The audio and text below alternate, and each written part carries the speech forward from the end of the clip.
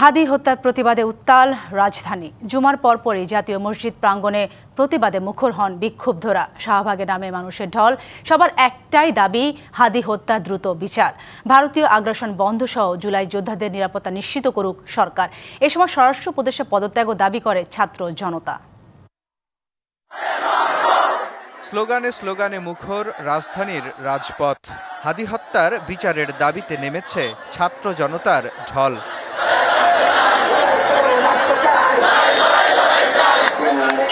বৃহস্পতিবার রাতে ইনকলাব মঞ্চের আহ্বায়ক শরীফ ওসমান বিন হাদির মৃত্যুর খবরে রাজপথে নেমে আসে ছাত্র জনতা।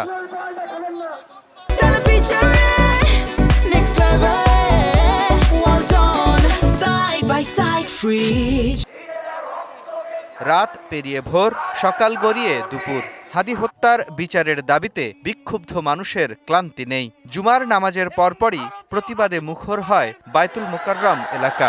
শহীদ করে দেওয়ার মাধ্যমে, এভাবে দমিয়ে দেওয়ার মাধ্যমে এই বাংলাদেশের স্বদেশপন্থী, এই বাংলাদেশপন্থী শক্তিকে উৎখাত করা যাবে না।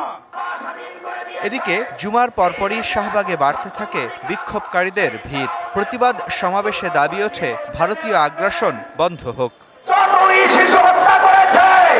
হাদির হত্যাকারীদের দৃষ্টান্তমূলক শাস্তি নিশ্চিতে ব্যর্থ হওয়ায় স্বরাষ্ট্র উপদেষ্টার পদত্যাগেরও দাবি করছেন বিক্ষোভকারীরা। মুস্তফা মাহবুব, ডিবিসি নিউজ, ঢাকা।